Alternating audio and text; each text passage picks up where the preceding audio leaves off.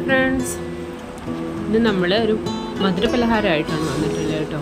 ഇതിന് വേണ്ടിയിട്ട് നമ്മൾ പഴുപ്പേറിയ പഴമാണ് എടുക്കുന്നത്. എന്ന് വെച്ചാൽ നമ്മുടെ പഴംപൊരിയുടെ പാവം കൂടി കഴിഞ്ഞാൽ പിന്നെ നമ്മളത് കളയും, കറുപ്പ് കളറായ പിള്ളേരൊന്നും കഴിക്കാൻ കൂട്ടാക്കൂല. ഇങ്ങനെ ഒന്ന് ട്രൈ ചെയ്ത് നോക്കും. അതിന് വേണ്ടിയിട്ട് നമ്മൾ പഴമൊക്കെ തൊലി കളഞ്ഞ് വേണ്ടാത്ത ഭാഗമൊക്കെ ഒന്ന് ചെത്തി കളഞ്ഞെടുത്തിട്ടുണ്ട്. അതിലേക്ക് ഒരു ബൗള് അരിപ്പൊടിയും 2 കല്ല് ശർക്കരയും ഒരു നുള്ളുപ്പും, പിന്നെ നമുക്കിതിലേക്ക് നാളികേരവും കൂടെ ആവശ്യമുണ്ട് കേട്ടോ. ഇനി നമ്മൾ ഈ പഴം ഒരു പാത്രത്തിലേക്ക് മാറ്റി അതിലേക്ക് കുറച്ച് വെള്ളം കൂടെ ഒഴിച്ച് നന്നായി പുഴുങ്ങിയെടുക്കാം.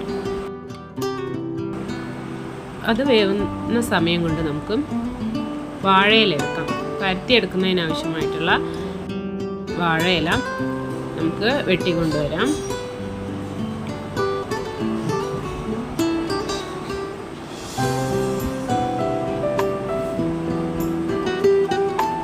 ആ സമയം കൊണ്ട് തന്നെ നമ്മുടെ പഴം നന്നായി തിളച്ച് വന്നിട്ടുണ്ടായിരുന്നു.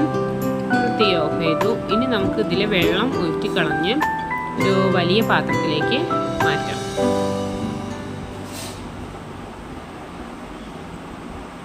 ചൂടാറുമ്പോഴത്തേക്കും നാളികേരം, ചിരവം, ശർക്കര ഒന്ന് അരിഞ്ഞെടുക്കും കൂടെ ചെയ്യാം.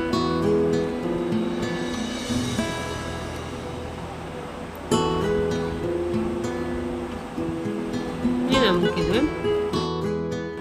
പഴം നന്നായിട്ടൊന്ന് ഉടച്ചെടുക്കണം. ഉടച്ചെടുത്ത പഴത്തിലേക്ക് അരിഞ്ഞെടുത്ത ശർക്കര ഇട്ട് കൊടുക്കാം. കൂടെ തന്നെ ചിരവി വെച്ച ഒരു ബൗള് തേങ്ങയും കൂടി ചേർക്കുന്നുണ്ട്.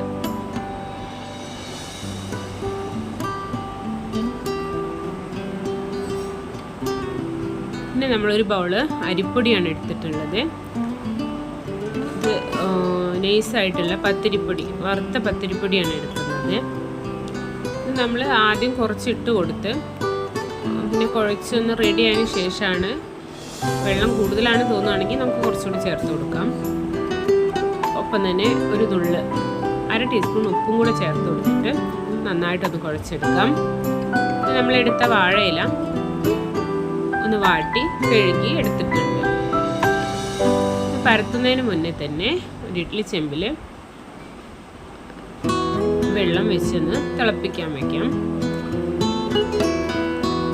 ഇനി നമുക്കിത് ഓരോ സ്പൂൺ എടുത്തിട്ട് ഒരു ഇലയിലായിട്ട് പരത്തിയെടുക്കാം. അതുകൊണ്ട് തന്നെ ഒരു തവ വെച്ച് ഒന്ന് മടക്കിയിട്ട് 2 കൈ കൊണ്ടും കൂടെ അമർത്തിയാൽ തന്നെ നന്നായി പരന്ന് കിട്ടും. നന്നായി പരത്തിയെടുക്കുന്നതോറും പെട്ടെന്ന് തന്നെ വേവുന്നതുമായിരിക്കും. നമുക്കിത് ഓരോന്ന് റെഡിയാക്കിയെടുക്കാം.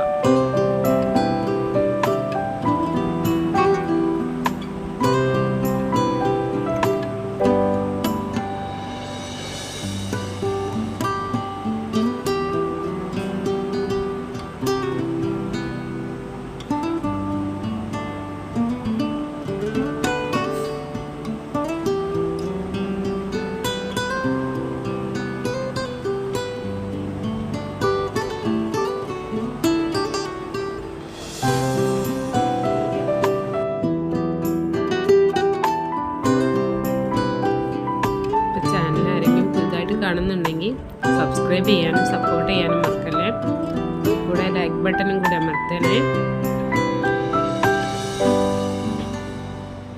നിങ്ങളുടെ വിലയേറിയ കമൻറ്റുകളും അഭിപ്രായങ്ങളും കൂടെ കമൻറ്റ് ബോക്സിൽ അറിയിക്കാം. നല്ലൊരു 4 മണി പലഹാരമാണിത്. എല്ലാവരും ട്രൈ ചെയ്ത് നോക്കാം. നമ്മളെല്ലാം പരത്തിയെടുത്തിട്ടുണ്ട്. നല്ല ആവി വന്ന പാത്രത്തിലേക്ക് നമുക്കിത് ഓരോന്നായിട്ട് വെച്ച് കൊടുക്കാം. 2 ട്രിപ്പ് വയ്ക്കാനുള്ളതുണ്ടായിരുന്നു. നമ്മളിത് വെച്ചിട്ട് ഒരു 10-12 മിനിറ്റോളം നല്ലോണം ഒന്ന് ആവിയേറ്റി എടുത്തിട്ടുണ്ട്. അതിന് ശേഷം നമ്മൾ തീ ഓഫ് ചെയ്ത് ഒരു 10 മിനിറ്റോളം ചൂടാറാനും വെച്ചിട്ടുണ്ടായിരുന്നു. ചൂടാറും തോറും ഇതിന് നല്ല ടേസ്റ്റും ഉണ്ട്.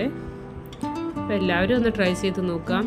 ഞങ്ങൾക്ക് എല്ലാവർക്കും ഇഷ്ടമായി, ഒപ്പം തന്നെ കുട്ടികൾക്കും നല്ല ഇഷ്ടമായി. മധുര പലഹാരങ്ങളൊക്കെ ഇഷ്ടമുള്ളവർക്ക് ഇത് കൂടുതൽ ഇഷ്ടവുമായിരിക്കും.